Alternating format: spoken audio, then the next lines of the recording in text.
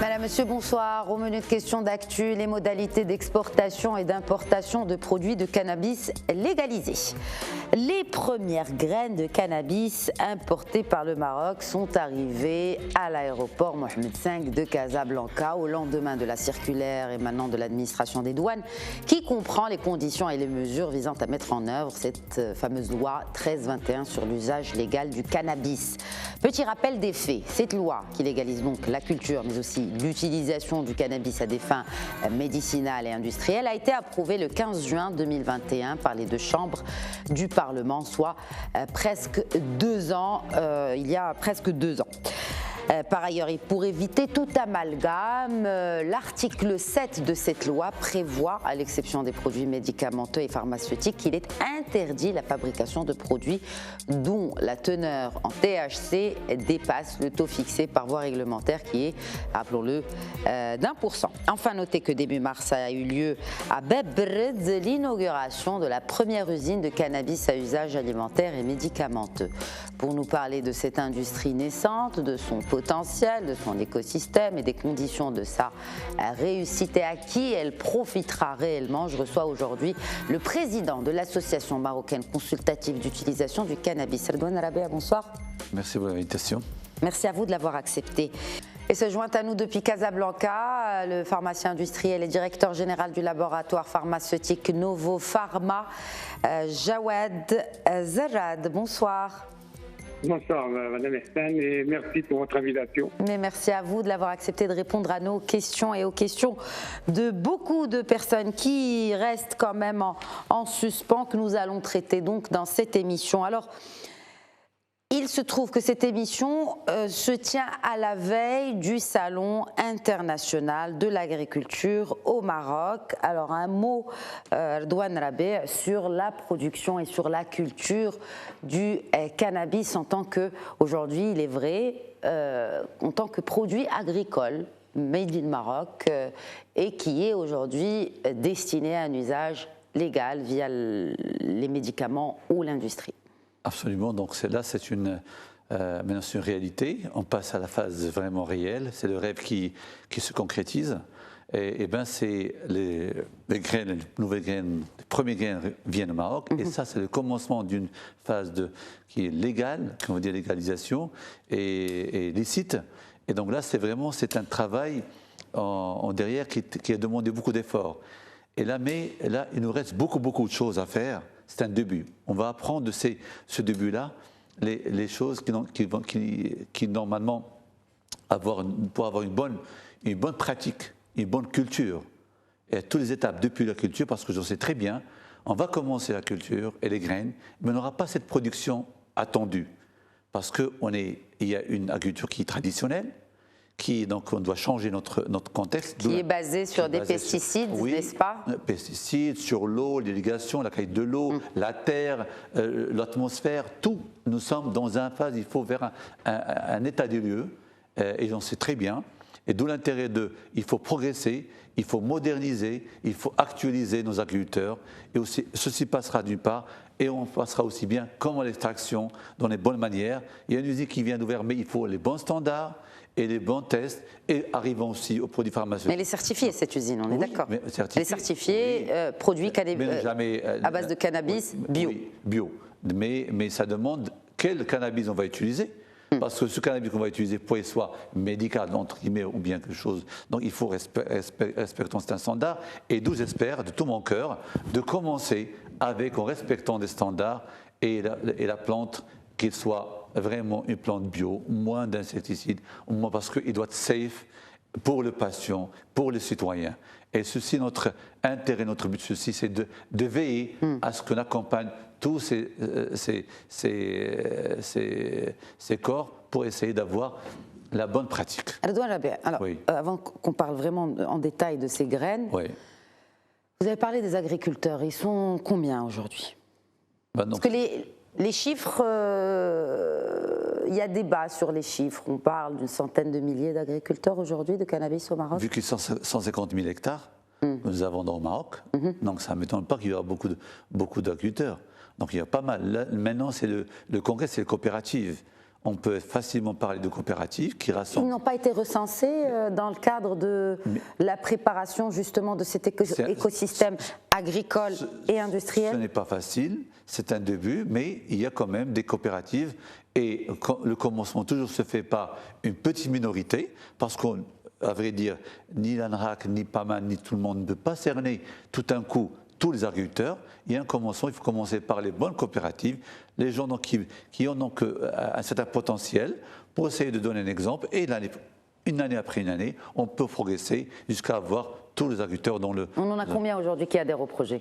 A priori, donc je ne peux pas dire un chiffre ici, mais j'en sais quand même, il y a peu, il n'y en a pas mal, il n'y en a pas beaucoup, mais il y a peu, mais des coopératives qui sont réunies, qui veulent, donc qui ont un peu de vision et qui veulent faire un effort. C'est un début. Je dirais qu'on ne peut pas tout mettre en même temps, c'est un peu très difficile. Alors justement, un début, mais en tout cas la graine est semée depuis l'adoption de cette loi 1321. Jawad Zarad, peut-être un mot sur ce qui différencie le recours à des graines que l'on importe pour des plantes qui soient médicalement, je dirais, viables. Oui, je dis bonjour d'abord à professeur Rabé, qui est un ami, donc je suis content de partager avec lui ce plateau. Alors, en ce qui concerne les graines importées, je pense que l'État a peut-être pensé à les importer pour démarrer une activité sur des terres qui sont peut-être relativement prêtes à faire de la production bio. Parce que la plupart des terres aujourd'hui, je pense que c'est plus au courant que moi, ne sont peut-être pas prêtes. Mais la graine, donc, c'est une graine qui va donner un principe actif de qualité qui a été testé, donc validé. Et c'est excellent pour un démarrage. Très bien. Peut-être un mot aussi sur les différents articles de cette loi 1321, selon vous, en tant qu'industriel de la pharmacopée, pharmaceutique. Est-ce que cette loi, dans tous ses articles, elle répond réellement aux besoins de cette industrie? Et dans quel sens? Écoutez, notre industrie déjà pharmaceutique est très réglementée et l'industrie du cannabis et des dérivés du cannabis se doit de l'être encore plus. Nous ne pouvons que féliciter les organismes étatiques qui ont fait un très gros travail justement pour avoir une maîtrise complète du système et de la filière. Il ne faut pas oublier que nous restons sur un produit qui attire beaucoup de convoitises, mais si nous tombons sur des produits de qualité, et c'est le plus important, comme l'a dit Dr Rabé, un produit de qualité, ensuite une production de qualité, et je suis heureux de voir que l'usine de Darbred a démarré, parce qu'elle va donner le principe actif qui sera utilisé par l'industrie pharmaceutique pour la production de produits, soit médicaux, soit récréatifs éventuellement. Alors justement, parce que moi je parlais des articles, il y a ce fameux article 3 Redouane Rabé, de cette loi qui stipule que l'importation et l'exportation de graines et plants de cannabis, donc il n'y a pas que les graines, il y a les plants aussi, mais non, on est dans la phase de graines, pas de plants, n'est-ce pas? Vous confirmez, sont soumises à autorisation délivrée par l'Agence nationale de régulation des activités liées au cannabis. Quels sont les critères pour qu'elles soient choisies? Absolument, parce que là, c'est des graines, parce qu'on sait très bien que les graines, il y a pas mal de graines qui sont infestées. Il y a des virus dans des graines. Donc, actuellement, d'ailleurs, il y a un congrès qu'on va assister à Miami dans ce sens-là. Il y a beaucoup de maladies qui, actuellement, qui passent de l'agriculture normale, pour ce qui est plante normale, au cannabis. Et donc, s'ils ne sont pas génétiquement pas contrôlés, on sait qu'ils ne sont pas, donc, il n'y a pas des porteurs de virus ni de modifications génétiques en matière de toxicité THC élevée, autre chose, et doit être réglementé. Et le rôle de l'ANRAC qui a, à travers l'ANSA, donc de voir, d'être, comme toutes les graines qui viennent pour les plantes, tomates ou autre chose, doit être subie une réglementation. D'une part pour la safety pour les citoyens, parce qu'il va y avoir des produits toxiques, Et puis des graines bio, non? Pas des graines oui. génétiquement modifiées, Oui, parce que c'est là où le bas blesse. C'est pour cela que nous avons aujourd'hui des cultures au Maroc génétiquement modifiées et que vous combattez, parce que de toute façon, elles ne rentrent pas dans les critères de production de bio, de cannabis bio. Oui, mais bio, on peut avoir la production, il y a des matériaux avec quoi on peut traiter des bactéries et des mycoses avec des bio, mais ça dépend de quelle matière. Et même l'eau avec quoi on irrigue doit être aussi bien, il n'y a pas d'effet toxique. Donc c'est la réglementation qui se fait pour tout ce qui est introduit au Maroc, surtout pour ne pas contaminer d'autres plantes, par exemple. C'est ce qui s'est passé dans le RIF, déjà. Oui, tout à fait. Alors, l'article 12 de cette même loi stipule que les titulaires d'autorisation d'importation ou d'exportation doivent être de nationalité marocaine. Quand bien même, si demain je décide d'importer des graines de cannabis, est-ce que je peux? Là, nous avons ce projet-là qui a été fait, c'est pour les Marocains. Oui. Et donc, priorité. Tous les Marocains. Oui, tous les Marocains. Et donc, tout Marocain peut produire demain. Ça ne se limite pas à la région du Rif. Mais non, mais je dirais moi, mon avis, ce qu'on peut dire, c'est parce que cette région-là, c'était pendant des années l'histoire du cannabis. Et donc, sauf ce plan économique. Très bien. Et ce plan, donc nous, l'objectif, c'est d'abord saturer cet état-là. Si on arrive quand même à satisfaire et faire planter cette plante région, c'est déjà un acquis. Peut-être dans l'avenir, où tout le monde, donc, on aura donc un besoin qui pourra se faire, je ne sais pas, pour un champ d'industrie, autre chose, peut-être. Mais pour l'instant, il faut se focaliser déjà pour cette région spécifique du Nord, qui est un patrimoine. Donc tout le monde peut importer ces graines? Oui, mais... Après certification ou pas? Oui, après certification, mais travailler dans le Nord et dans la région qui sont délivrés et dédiés par l'ANAC et pour la culture du cannabis. Il y a eu deux phases d'importation la semaine dernière. Donc il y a eu la première phase qui est arrivée à Casablanca au lendemain de la circulaire de la direction des douanes et des impôts, et une deuxième phase.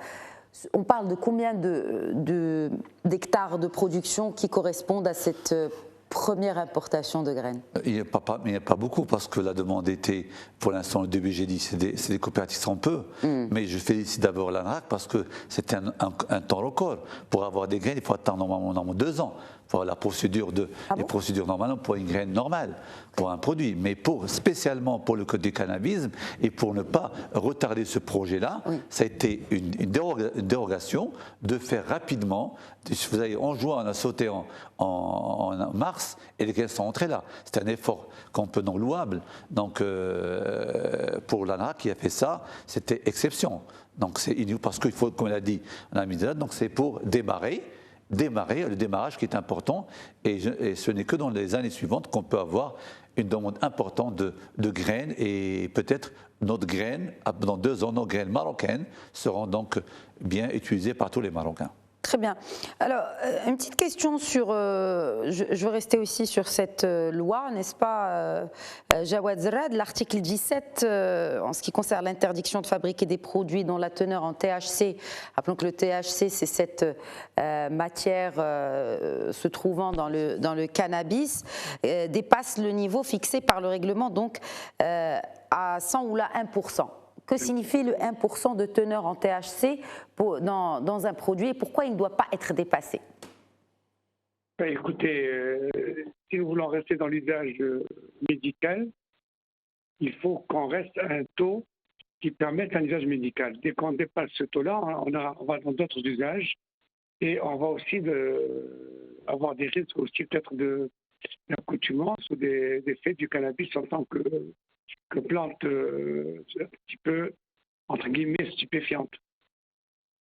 Et ce tout permet de réglementer la production pour ne pas avoir d'effets secondaires inattendus. Très bien. Alors, on l'a vu, l'appétit des industriels, Jawad Zerad, et vous en êtes un, est très grand pour le cannabis. Il y a un très grand laboratoire national qui vient aussi de s'engager dans le projet de cannabis médicamenteux. Pourquoi un tel engouement, et quel est le potentiel économique pour vous en tant qu'industriel pour transformer cette matière?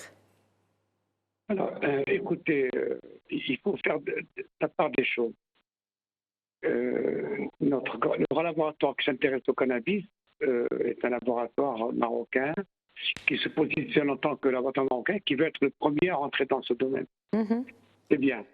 Mais en réalité, l'usage du cannabis médical au Maroc, l'intérêt n'est pas réellement très important. Parce que l'usage du cannabis, ça va être utilisé très certainement d'abord dans des produits à titre de soins palliatifs. Et peut-être il y a des ouvertures un peu sur certaines pathologies. Dr Rabia le connaît mieux que moi.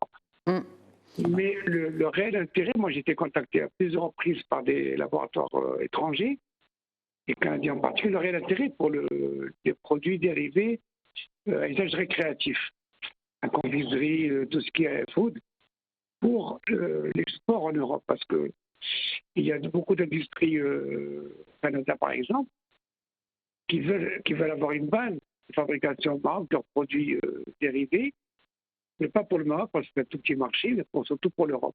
Oui, certainement. Enfin, pour l'Europe ou ailleurs, d'ailleurs. Enfin, le plus proche, parce qu'après, les États-Unis, c'est trop loin. Oui. C'est pas compétitif. Voilà. Exact. Alors, justement, je vous interpelle là-dessus aussi, Redouane Rabih.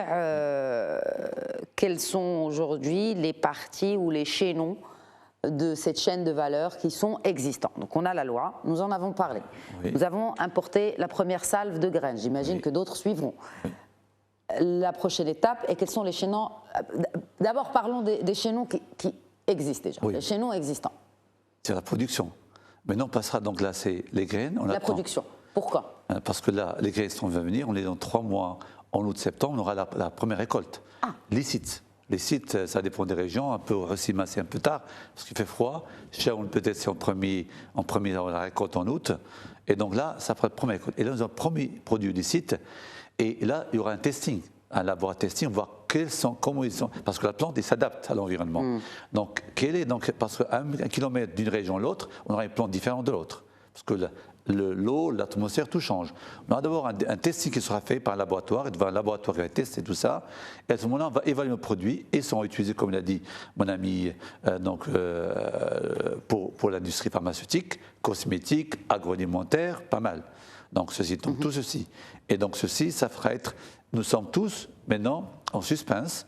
Quel produit on aura? Quelle teneur en cannabinoïdes? Quelle teneur en THC va être stable ou pas? Et produire le produit. Et non, les industries pharmaceutiques, nos industries pharmaceutiques auront la matière première de commencer, de produire les produits en CBD. A priori, ils sont en CBD beaucoup plus cette année-là.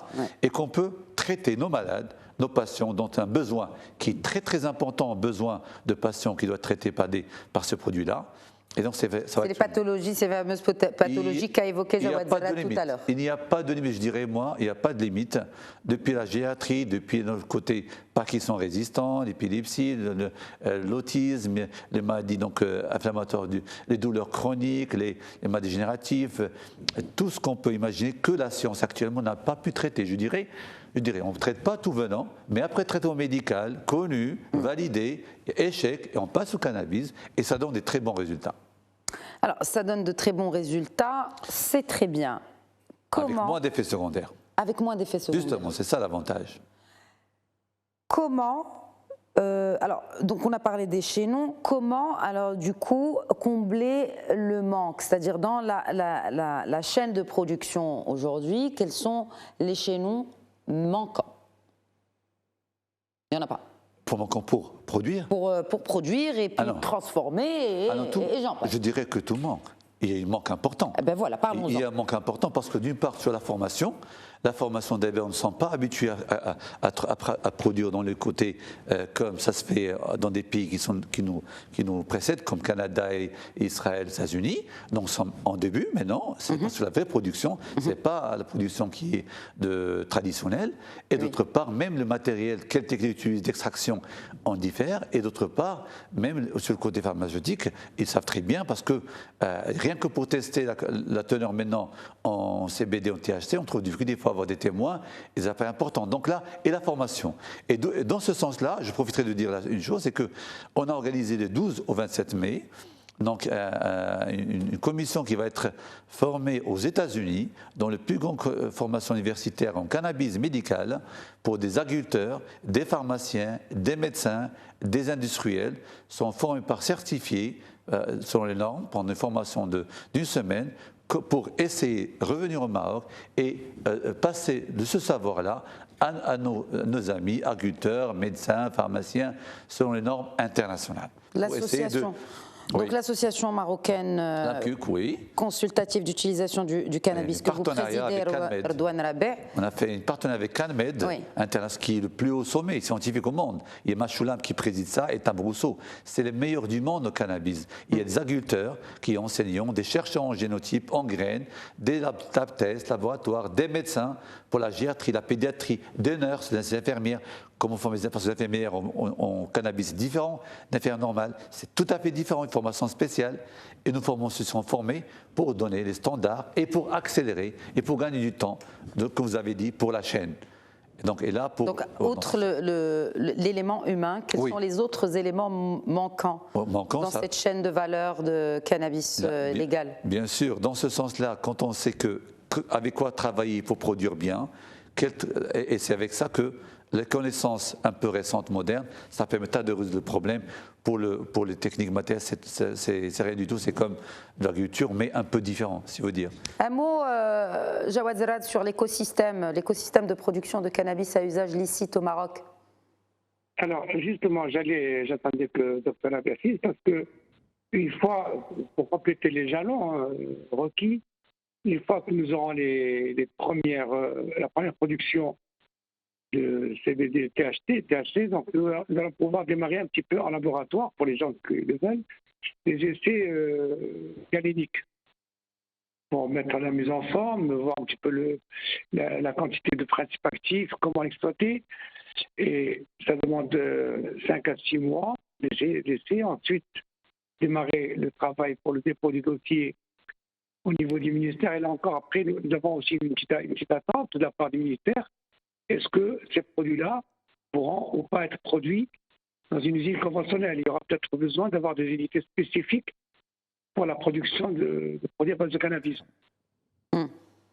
Donc nous sommes un petit peu dans l'attente de tout ça. Certainement, ça se prépare au niveau du ministère parce qu'ils sont très actifs. Mais il est absolument primordial aussi que l'industrie sache un petit peu dans quel contexte elle va travailler. Nous sommes équipés, nous avons tous des petits centres de recherche, nous avons des personnels qualifiés, nous sommes capables de développer beaucoup de choses. Après, une fois qu'on arrivera à la production, donc dans quelles conditions ça peut se faire, voilà.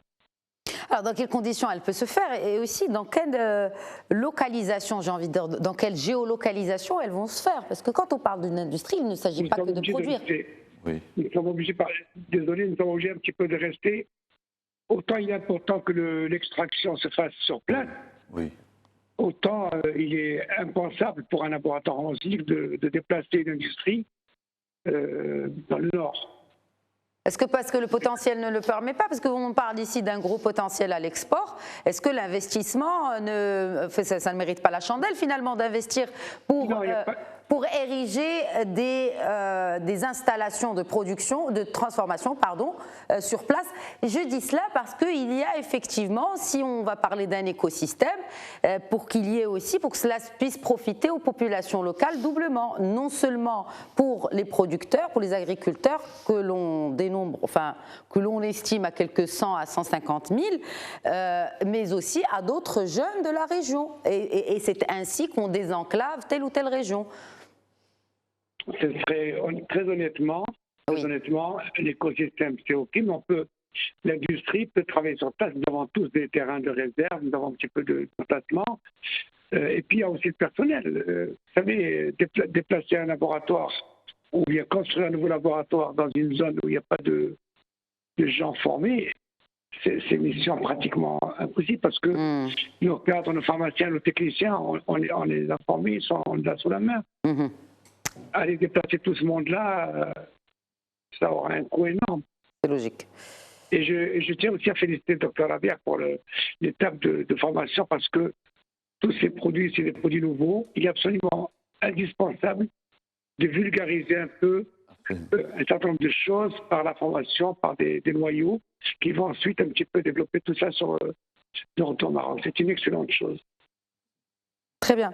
Alors, je vais vous poser la même question parce qu'il y a beaucoup d'interrogations sur comment cela va réellement profiter. Parce qu'il y a certaines voix qui se sont élevées, vous le savez mieux que moi. D'ailleurs, depuis le vote de cette loi, il y a beaucoup de voix qui se sont élevées pour dénoncer que finalement cela profitera largement, comme ça profitait avant. Et il n'y a aucune comparaison à faire entre les deux, aux grands barons de drogue, d'exportation de cannabis dans sa forme illégale. Ils ont comparé ces barons-là aux géants industriels qui vont encore une fois profiter de la richesse d'une région pour augmenter leur chiffre d'affaires. Qu'est-ce que vous répondez à ces détracteurs? Mais d'après moi, déjà le contrat qui est établi avec ce que je connais apparemment d'industriels pharmaceutiques avec les gens les coopératives et les agriculteurs, c'était colossal. Donc, c'est-à-dire qu'ils ont eu des compensations quand même, qu'on ne peut pas rêver. Donc, ils sont gâtés sur le plan contrat avec des terrains, avec location, donc ceci. Et déjà, la production sur la place et l'extraction déjà pas mal. Je dirais que pour l'instant, c'est déjà un gain pour la population.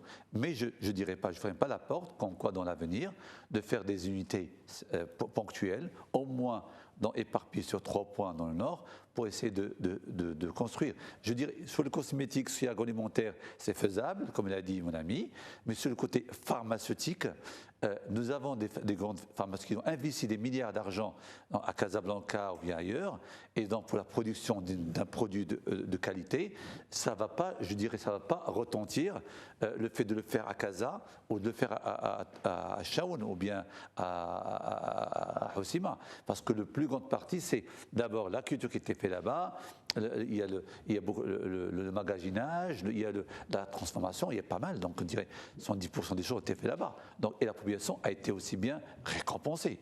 Non, parce que, et ça donnait à cette région-là déjà, maintenant, sans que la population a été récompensée quand même.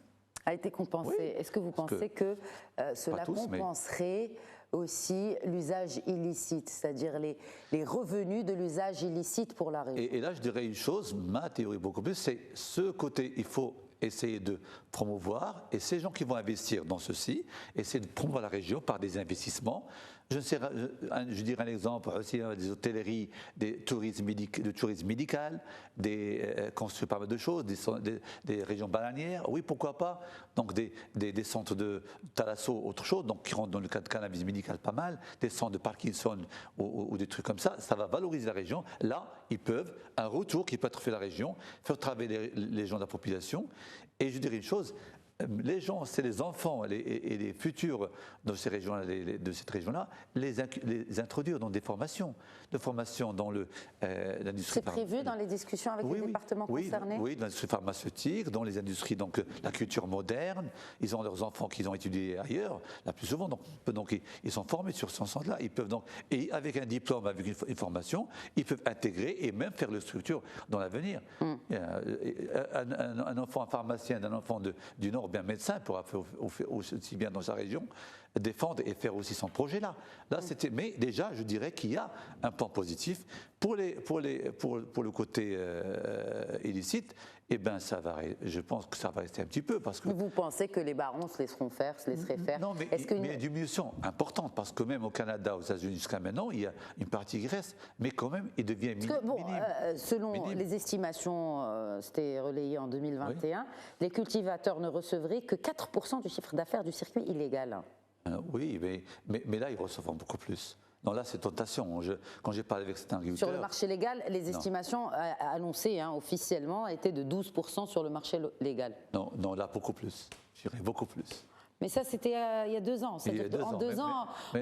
En 2 ans, les bénéfices escomptés ont augmenté, avant même de commencer à produire. Ah oui, mais non, mais non, beaucoup plus. Je dirais donc sur le terrain, mais non, beaucoup plus. Les gens qui sont donc, ils sont chanceux, qui ont un terrain dans les régions du Nord, là, c'est une assurance de vie, je dirais, pour les gens qui ont une terre là-bas et qui appartient à une terre où il y avait du cannabis. Ouais. Jawad Zarad, où se positionne le Maroc par rapport à la concurrence? Parce que nous ne sommes pas les premiers, loin de là. Hein. Bien sûr, non, bien sûr. Et je voudrais juste auparavant revenir un peu sur la question précédente. Oui, bien sûr. Parce qu'il faut aussi tenir compte d'une dimension un petit peu humaine. Il y a un changement de mentalité espéré de partir de gens qui vivaient dans un business qui était de l'exploitation et ils vont rentrer dans un business organisé, ils vont avoir des revenus corrects, peut-être aussi leur assurance maladie, leur retraite. On va changer un peu la mentalité d'une partie de la population. Maintenant, pour revenir à votre question par rapport à la concurrence, bien sûr, la concurrence ne va pas être facile, mais le Maroc est un pays aussi qui a un savoir, qui a des compétences, et nous sommes capables aussi de relever tous les défis. Nous avons nos idées de production pour faire de belles choses, et nous avons aussi le sentiment national, et nous pouvons produire à des prix des coûts relativement bas par rapport à l'étranger. Après, peut-être le plus difficile, si nous voulons toucher des marchés extérieurs, ce sont les validations par les agences de médicaments étrangères. Exact. Ça, parce qu'on ne peut pas rentrer dans un marché si on n'est pas validé. Et ça, c'est la partie un peu la plus importante pour laboratoire pharmaceutique quand il fait un nouvel atelier, de le faire valider. Mais nous savons faire ça aussi. C'est pas, ça prend un peu de temps, ça coûte de l'argent, mais c'est quelque chose que nous savons très bien faire. Oui, absolument, et c'est un investissement à long terme, effectivement. Absolument. Sans oublier et sans omettre le fait que le Maroc est lié à plusieurs accords de libre-échange avec plusieurs pays et que sur certains pays, notamment dans la région Moyen-Orient, il y a un gros marché, mais aussi Asie du Sud-Est. C'est-à-dire que, effectivement, les horizons sont très larges et divers. Avant même, je dirais, déjà l'Europe qui nous entoure, et il y a un marché qu'on ne peut pas satisfaire. Que l'Europe ne peut pas satisfaire, parce qu'un des gros players mondiaux, c'est l'Allemagne. Oui, la demande, pour le Maroc, tout ce qu'on peut produire, je dirais, l'Europe va le consommer. Quand peut-on produire? En août, et en août, on aura la première récolte. Non, en août, on produit la récolte.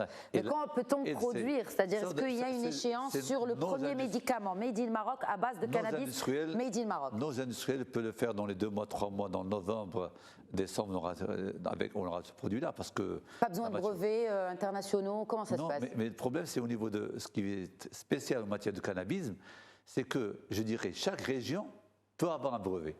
Parce que ça change. Si on change uniquement de terpènes, de cannabinoïdes, d'acidité, autre chose, c'est un brevet. C'est comme du vin. Oui. C'est comme parce que c'est comme la France, on dirait, comme le fromage. Donc nous, au Maroc, c'est ça. Oui. Et là, on aura la région qui sont les régions où sont qui ont beaucoup de produits de cannabinoïdes, de terpènes, parce que maintenant, la plante, il a beaucoup plus d'effets bénéfiques, plus que des cannabinoïdes qu'on connaît. Maintenant, il y a des terpènes, il y a des flavonoïdes, il y a... C'est quoi? Même la senteur. Pour les gens les moins initiés. Les aromatiques, oui, il y a des cannabis, des produits qui agissent au niveau des récepteurs, au niveau du corps des cannabinoïdes que nous avons. Mais il y a maintenant des terpènes, c'est les arômes qu'on peut sentir et ça diffère d'une plante à l'autre. Et ils ont des effets aussi bien thérapeutiques. Il y a des flavonoïdes aussi qu'on a découverts qui sont anticancéreux. Donc là, il y a tas de choses. Et ça, je dirais, c'est des choses qui sont validées pendant des vingtaines d'années. Ce n'est pas qu'on va découvrir la recherche. Alors en attendant, Jawad Zarad, est-ce que vous ne pensez pas qu'importer des produits qui sont déjà prêts pour initier le patient marocain à utiliser les produits médicamenteux à base de cannabis serait la bienvenue, vous, en tant que pharmacien aussi? D'accord. Encore une fois, je reviens sur la question précédente. Je suis désolé. Je vais poser la question à quand peut-on avoir le premier médicament marocain sur le marché? Tout dépend maintenant de notre direction de médicaments, de la nouvelle agence de régulation qui se met en place. Parce que actuellement, pour un médicament, la durée d'obtention, moyenne d'obtention d'une AMM, une autorisation de mise sur le marché, varie entre 3 et 4 ans. Après avoir développé le produit. Donc déjà aujourd'hui, il y a déjà aujourd'hui beaucoup de médecins, peut-être certainement, qui prescrivent des produits à base d'un petit peu de cannabis et que les gens ramènent de l'étranger. Mais nous, on n'a pas le droit d'en importer. Vous, en tant que pharmacien, est-ce que vous avez le droit d'en importer? Non. Il y a des mécanismes, pas en pharmacie, non. Toute importation de produits doit passer ou un par distributeur, bon, je me suis mal exprimé. Mais est-ce qu'un distributeur peut en importer déjà pour les... Temporaire. Si le produit n'est pas autorisé au Maroc, il faut une ATU. Donc en fait, les gens qui en importent, c'est illégal aussi. C'est-à-dire que si par exemple quelqu'un ramène 3 boîtes de France où c'est légal, sans ordonnance, il faut l'ordonnance. Sauf ce qui fait valider son ordonnance par le ministère de la Santé. Mais là, oui, peut-être une réaction, je vous ai vu, Douane Rabé, sur la partie production et surtout autorisation de l'Agence du médicament. Je dirais parce que là, il y a des formulations qui sont connues. Et il y a des formations connues, et donc, à ma connaissance que médecin, si on respecte la formule, donc nous avons le produit donc, qu'on a produit, et si la formulation, il y a déjà des gens, pas mal de laboratoires que je connais, ils ont acheté des formulations, et dont la formulation elle est validée, elle est connue au niveau international, au niveau en Israël, bien aux États-Unis, FDA. C'est vrai, FDA n'approuve pas le code du cannabis, mais quand même, il ferme l'œil. Et donc là, c'est possible qu'on produit. Je dirais, en passant par tout ce qui est CBD, qui ne restait pas beaucoup de choses d'importance. Il y a des médicaments qu'on connaît, le Sativex, qu'il connaît aussi très bien, qu'on importe maintenant, des fois, et pourquoi pas le Maroc ne peut pas se doter, on attend de traiter nos malades, pas qu'ils sont liés à autre chose, en attendant de produire les produits. Et qu'est-ce qu'il faut pour ça? C'est un ATU, comme on l'a dit, une demande de médecins et avoir des patients. Et surtout, le problème, je le sais très bien, c'est le côté de traçabilité. Ce qui est dangereux maintenant pour ces produits-là, c'est d'avoir à l'agence, il y a une régulation de l'agence.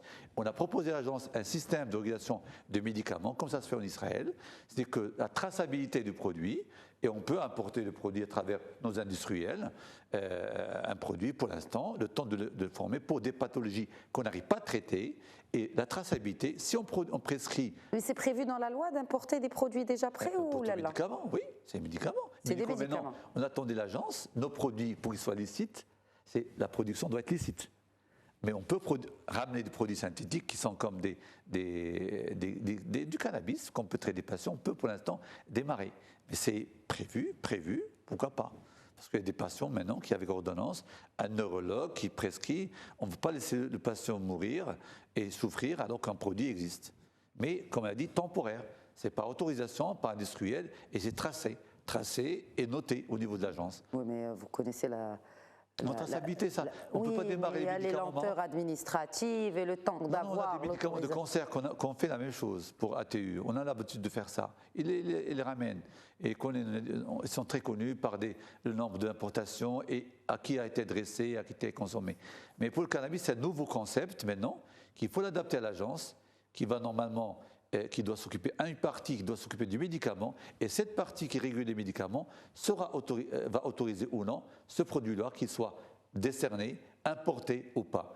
Et là, puisque nous ne sommes pas arrivés à l'utilisation, c'est pour ça que ça tarde, mais à ma connaissance, il y aura une partie un peu rapide en DNP qui va s'occuper uniquement du cannabis, scinder des médicaments, pour ne pas ralentir effectivement ceci. Les procédures doivent être rapides et non pas plus long attendre beaucoup de temps, 1 année, 2 ans. Mais admettons qu'on commence la production et la transformation, est-ce que vous pensez que le délai de 3 à 4 ans pour délivrer une autorisation de mise sur le marché? Ce que j'ai vu moi au niveau d'autres pays, c'est le CBD. Le CBD, c'est moins d'1%, c'est pas quelque chose de... Non, mais c'est tous les médicaments. C'est ce qu'a soulevé à juste titre d'ailleurs Jawad Zerad. C'est-à-dire qu'effectivement, si on respecte les délais très longs d'autorisation de mise sur le marché, c'est bon. C'est pas la peine de faire le cannabis médical. On est relégué à... Non, moi je dirais non. C'est-à-dire la formulation, c'est une formulation qui est connue, une formulation qui est connue très bien, monsieur Zerad, donc mieux que moi, une formulation qui est connue, qui est validée avec les... On ne réinvente pas la roue, c'est la même, qui est utilisée ailleurs. On sait comment produire un médicament à travers une formulation. Les formules existent, ils sont brevetés ailleurs, on les achète et on fait la formulation et on la présente au niveau du service médicamenteux cannabis, et bien il va la valider. Les choses sont claires là, on n'a pas de temps, ce n'est pas une recherche. Ce n'est pas un produit qu'on va nous valider, un nouveau concept, faire une phase 1, phase 2, phase 3. C'est des formulations qui, comme les pharmaceutiques achètent pour les médicaments. Est-ce que le cannabis à usage médical peut être utilisé à usage récréatif? Si le THC, donc. Pour être clair, pour se détendre. Non, le cannabis, il y a deux choses. Non, pour se détendre. Il y a deux choses. Il y a le cannabis, il y a riche en THC et le CBD. Nous avons le CBD. Non, je parle du CBD. Non, jamais récréatif, jamais il y a une addiction. Enfin, quand je dis récréatif, c'est-à-dire pour détendre un peu les nerfs, pour les personnes nerveuses. Mais ce n'est pas récréatif. Ah, c'est pas récréatif. Récréatif, c'est autre chose, c'est en plane. Ah, en plane, oui. Ah non. Mais se détendre, c'est bon. CBD, donc 1% de THC ne fait pas planer. Oui, ça peut détendre, pas d'anxiété, tu coules, tu es bien, tu manges bien, tu dors bien. C'est pas un problème, l'appétit est bien. Et il n'est pas. Il ne mène pas vers des addictions. Non, pas du tout. Aucune. Et il ne fait pas planer. Il ne fait pas planer. C'est ça. Jawad Zeraz, ça vous fait sourire? Oui, parce que je souris d'abord pour la première chose. Moi, en tant qu'industriel du médicament, que Dieu entende le docteur Albert quand il dit qu'il y a une seule formule et que ça va vite. Tous les médicaments que nous fabriquons, nos génériques, on a toujours la même formule que le Princeps. Oui. Maintenant, il y a une question qui va se poser certainement avec acuité. C'est une fois que le principe actif sera extrait, dans quelle classe il sera considéré en termes de bioéquivalence. Est-ce que le produit fait à partir de ce principe actif-là devra ou non être soumis à bioéquivalence? C'est-à-dire qu'on doit être, pour les médicaments habituels, en fonction de la classe du produit, s'il est très soluble et s'il a une forte dissolution rapide, on n'a pas besoin de bioéquivalence. Mais un produit qui est peu soluble et qui se dissout difficilement, nous devons apporter la preuve qu'il a le même profil de dissolution que le Princeps, la molécule originale. Et ça, c'est tout un système. J'espère qu'au niveau de notre ministère, on tiendra compte un peu de tout ça pour accompagner le secteur, pour ne pas mettre. Mais je sais que, comme dit le docteur Abier, oui, notre gouvernement a lancé ce projet-là et je pense qu'ils vont aussi certainement faire ce qu'on appelle des fast track, des enregistrements rapides. Des fast track, oui, effectivement, parce qu'en plus c'est un projet vraiment national qui a été décidé au plus haut niveau de l'État et d'ailleurs c'est pour cela que vraiment les choses ont été accélérées, même si la loi a été votée il y a 2 ans, mais en tout cas bien des choses ont été faites en bonne et due forme. On avance vite plus vite que la France et l'Espagne, quand même. Oui, quand on veut, on peut de toute façon au Maroc. Il faut juste un petit push quand il le faut. Alors, parce que effectivement, quand tu dis ça a été voulu, parce qu'il y a beaucoup d'enjeux. On a parlé des enjeux sociétaux, on parle de 100 000 familles quand même, si ce n'est plus. Et on parle d'un marché licite estimé quand même à des milliards de dollars dans le monde. Est-ce qu'on a une estimation de ce marché? Combien va-t-il apporter à notre balance commerciale en toute légalité?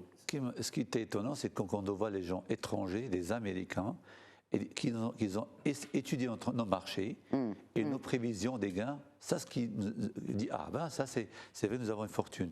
Ça a été étudié par des grandes boîtes américaines. Qu'est-ce que le Maroc va gagner comme billions de dollars dans l'avenir? Combien? On parle de 22 billions de dollars en 2028. Alors 22 billions de dollars, c'est 22 000 milliards. C'est ce qu'il estime là.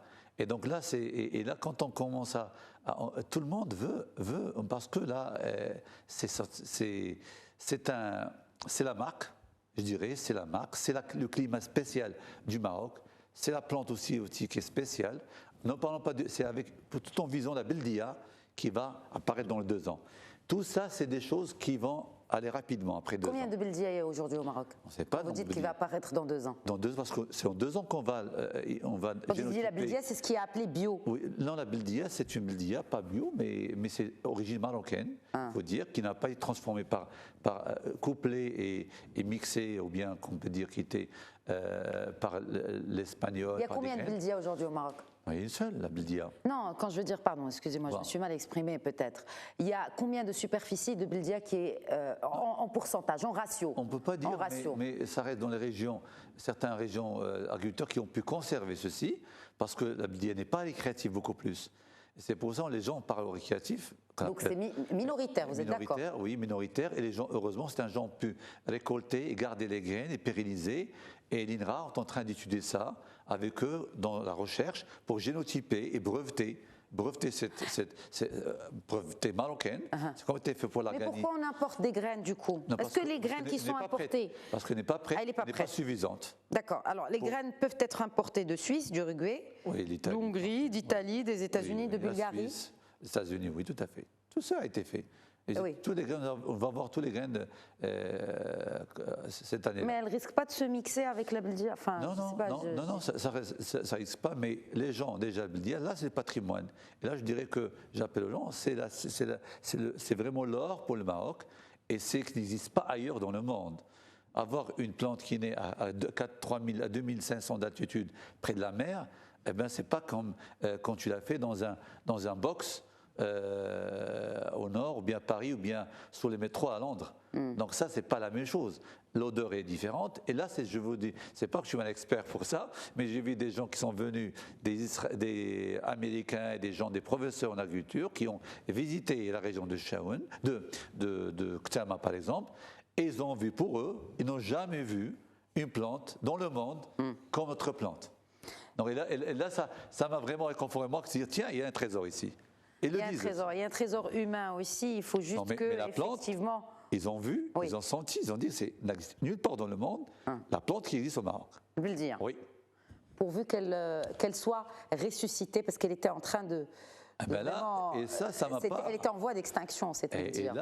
Et là, ça me donne quand même donc, les choses, et c'est pour ça que je vois l'étranger, ils sont toujours vers vous aider le Maroc et investir au Maroc. Oui, vous m'étonnez. Jawad Zarad, un dernier mot pour clôturer ce débat. Juste à titre de complément, déjà, on prévoit 9 milliards de dirhams de recettes fiscales déjà à partir de ce business. Oui. Mais d'un autre côté, nous, c'est une très bonne opportunité aussi pour le Maroc de montrer un petit peu sa place sur le marché international.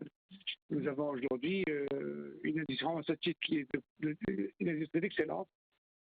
Nous avons un encadrement qui est vraiment extrêmement compétent et nous avons les moyens financiers d'investir. Donc je pense que nous sommes là aussi pour relever les défis, accompagner le gouvernement dans cette politique. Inch'Allah. Merci beaucoup, Jawad Zarad. Un dernier mot, Erdogan Rabi. Eh bien non, donc là jusqu'à maintenant, donc tout ce qui peut-être la prochaine étape, next step.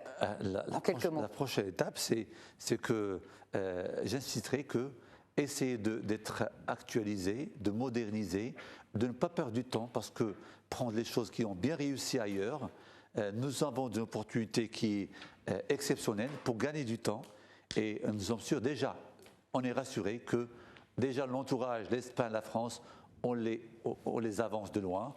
Et là, nous allons vers décrocher vraiment un rêve et remonter sur le plan économique et industriel notre Maroc et notre pays, le beau pays. Nous ferons le point, Inch'Allah, avec vous. J'imagine, après la récolte de la première semence, ce sera en octobre prochain, Inch'Allah. Merci beaucoup, Erdogan Rabi. Je rappelle que vous êtes président de l'Association marocaine consultative d'utilisation du cannabis. Merci d'avoir répondu à nos questions. Et merci à vous de nous avoir suivis et merci également à Jawad Zarad. Merci encore une fois d'avoir été avec nous. Merci. Merci à vous encore une fois de nous avoir suivis et pour votre fidélité à Question d'Actu. Très bonne soirée à tous.